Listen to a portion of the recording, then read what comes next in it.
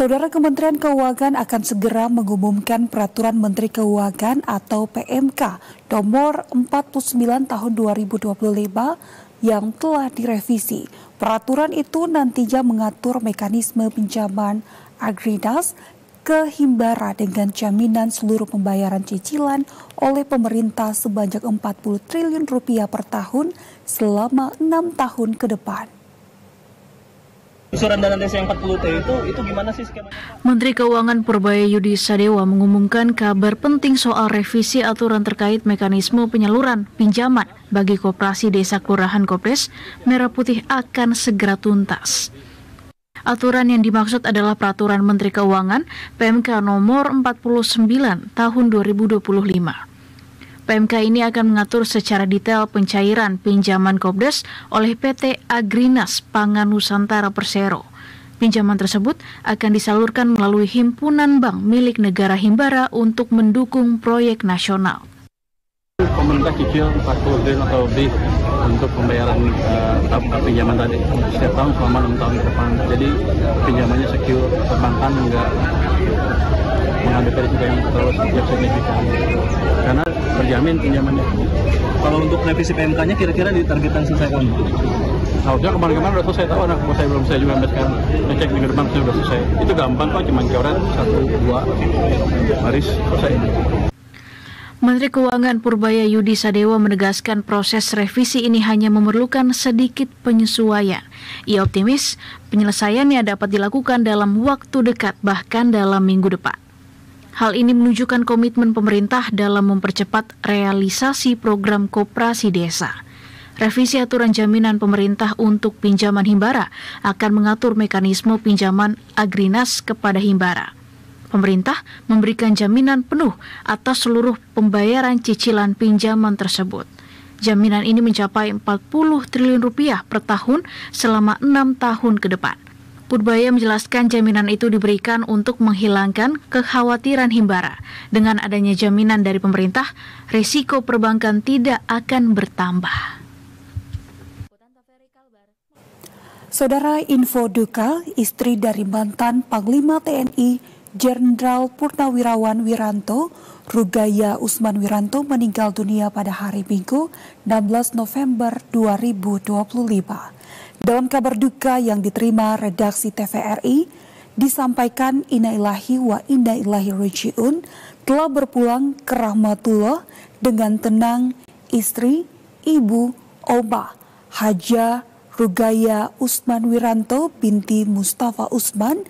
Almarhum disebut wafat pada hari Minggu di Bandung pukul 15.55 waktu Indonesia Barat. Mohon doa dan mohon dibukakan pintu maaf yang sebesar-besarnya. Jenazah almarhumah rencananya akan dibawa ke Jakarta dan disemayamkan di rumah duka di Jalan Palem Kartika, Bambu Apus, Jakarta Timur. Iringan rombongan yang membawa jenazah tiba di Jakarta pada pukul 22.00 waktu Indonesia Barat. Selanjutnya jenazah rencananya akan diberangkatkan ke Solo, Jawa Tengah melalui Bandara Halim Perdana Kusuma sekitar pukul 7.00 waktu Indonesia Barat pagi hari ini untuk dimakamkan di Delinggan, Solo, Jawa Tengah. Beralih ke informasi selanjutnya, Saudara, Sekolah Rakyat Menengah Pertama 4 Padang sudah menerima bantuan 150 laptop dan 6 unit smartboard. Bantuan laptop ini diberikan kepada masing-masing anak yang belajar di sekolah rakyat untuk menunjang kelancaran proses belajar. Terhitung tanggal 10 November 2025, Sekolah Rakyat Menengah Pertama 4 Padang telah menerima bantuan berupa 150 laptop dan 6 unit smartboard. Bantuan ini berasal dari Presiden RI Prabowo Subianto yang disalurkan melalui Kementerian Sosial Republik Indonesia. Bantuan laptop dan smartboard ini sangat diapresiasi oleh pihak sekolah dan anak-anak karena sangat membantu menunjang kelancaran pembelajaran di sekolah. Terlebih saat ini di Sekolah Rakyat Menengah Pertama 4 Padang akan menerapkan pembelajaran menggunakan Learning Management System Sekolahku. Ya, alhamdulillah laptop memang sudah kami terima dan juga ada smartboard 6 buah. Kalau laptop sebanyak anak dan insya Allah sudah mulai bisa dipakai dan hari ini kami akan juga mengajak anak-anak menggunakannya untuk kegiatan coding. Dan ke depan akan banyak sekali aktivitas yang nanti pembelajarannya juga akan interaktif dengan menggunakan media yang sudah ada dan dengan demikian anak-anak kita itu sudah bisa mencicipi teknologi dan itu selama ini belum pernah terjadi.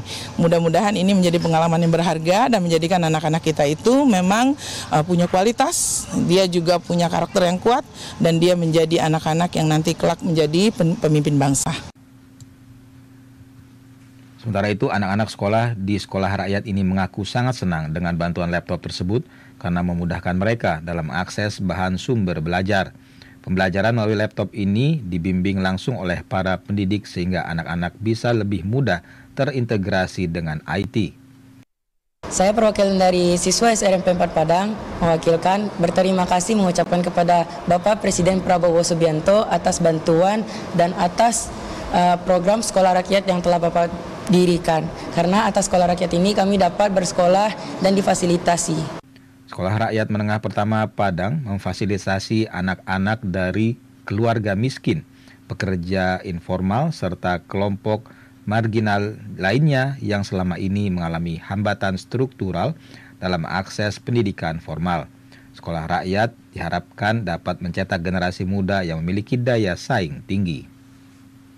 Terima kasih Bapak Presiden telah membuat program sekolah rakyat dan bisa kami sekolah dengan seluruh hati dan belajar dengan sungguh-sungguh. Semoga Bapak panjang umur, sehat selalu dan selalu menjadi pemimpin di Indonesia. Mungkin kami kalau tidak ada sekolah ini, mungkin kami antara sekolah atau tidaknya. Terima kasih kepada Bapak Presiden Prabowo karena sudah membuat program sekolah rakyat ini. Kapan-kapan Bapak kunjungi di sini ya. Saudara, puluhan siswa sekolah dasar di Kabupaten Blora dibuat tertegun oleh sajian menu makan bergizi gratis dari dapur SPPG Ngawen 2. Pasalnya dapur tersebut sajikan menu makanan ringan setiap hari Sabtu, bahkan terdapat satu buah yang belum dikenal namun rasanya enak dan penuh gizi. Dapur Satuan Pelayanan Pemenuhan Gizi atau SPPG Ngawen 2 kembali memberikan kejutan ke seluruh penerima manfaat makan bergizi gratis atau MBG. Sebelumnya Dapur SPPG Ngawen 2 sajikan kotak menu MBG yang unik. Kali ini Dapur SPPG Ngawen 2 sajikan menu makanan ringan berupa roti, telur, susu, dan buah kapas.